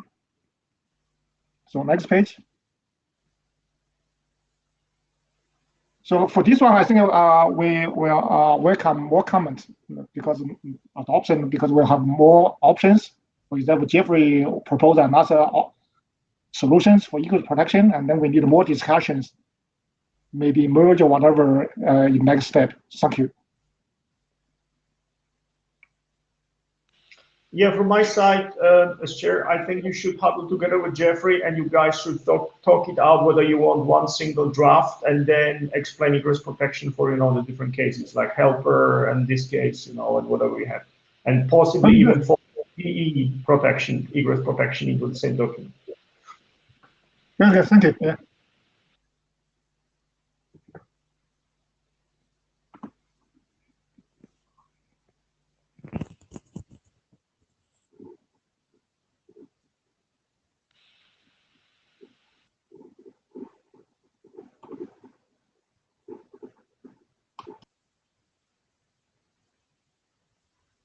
Sorry, there's something wrong. No, it showed starting.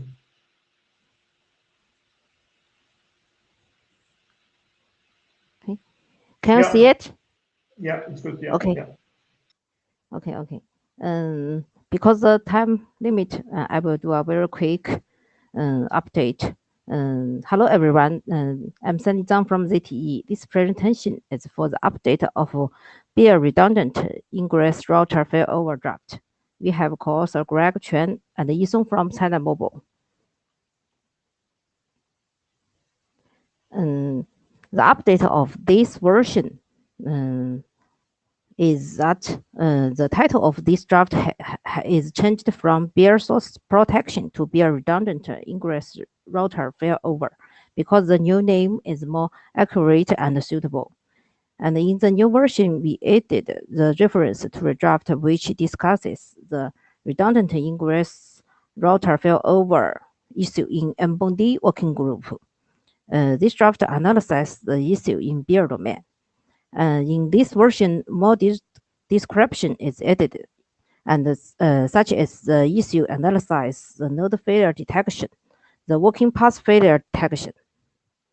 The following pages has been presented in several meetings, such as the 108th meeting. So I will skip them very quickly. If you have some question, you can ask me to answer it. Maybe just skip them to the last page. So this draft has been printed in several meetings. So and it's an informational draft. We think this draft can give some guidance for BIER deployment. If working group approves, we'd like to request working group adoption. Thanks. Any comments?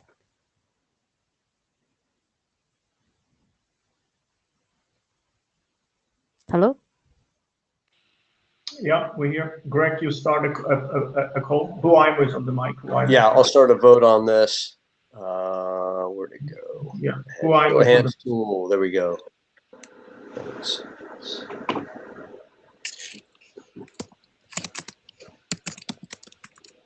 Yeah, one more. Go, please go ahead. Yeah, I wonder, in the draft, you mentioned that you have a PFD for detecting failure of the node inside the BIER domain. Why do you need that for ingress protection?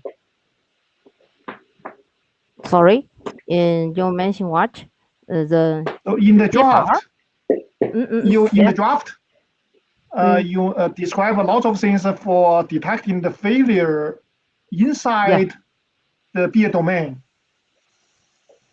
So this seems not directly related to the redundancy ingress node or ingress protection, something like that. No, because all the if I may, function. Okay, Sandy. Greg, please. Yes, Greg, please. yes, Mama. So because there is a redundancy in BFIR, so point-to-multipoint BFD can be used by BFERs to detect the failure of their active source and then change it. So if you can suggest any other way to detect the failure, that will be much appreciated. But we don't have any other IETF standard mechanism to detect the failure in a multicast rather than point-to-multipoint BFD. So I think in the draft you also describe the detection, the failure, for example, a transient node in the network for the BIER class. It's the same. It's the same because for the BFER, the failure is indistinguishable. What the BFR detects is the segment of the multicast distribution tree is not working. So because how point-to-multipoint BFD works is that the root sends periodically control packets so that the leaf or tail in terms of point-to-multipoint BFD knows from the previously received packet and calculates their failure detection interval.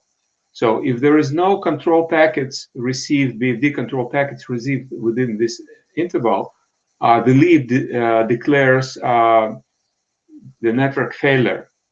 And that equally applies either to failure of their root or the failure of the distribution path. So there is no need for their egress to differentiate two types, because there is no repair.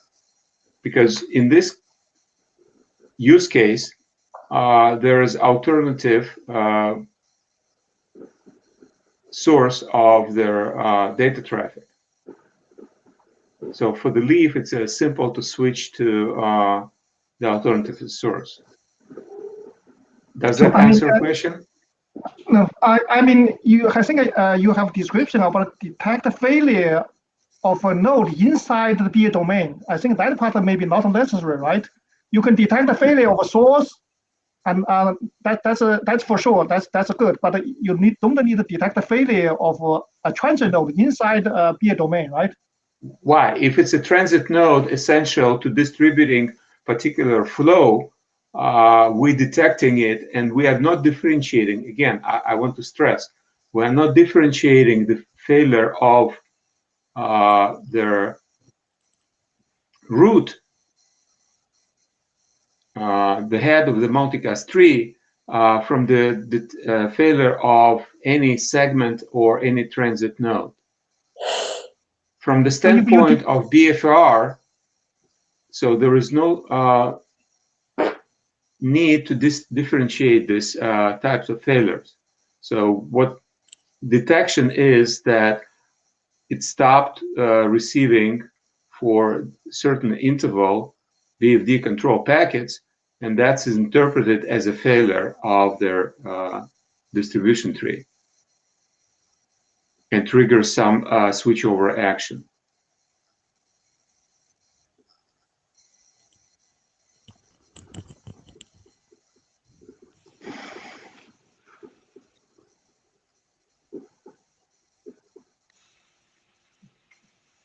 Okay, cool. I see the poll being 9-0, so we take that to the list.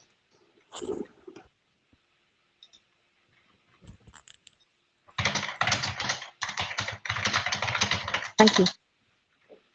Thank you, Sandy. All right, that is all we have on the agenda. We are already 12 minutes over and no one has cut us off. This is pretty exciting. Blue sheets don't exist because you've already signed up. It's been done.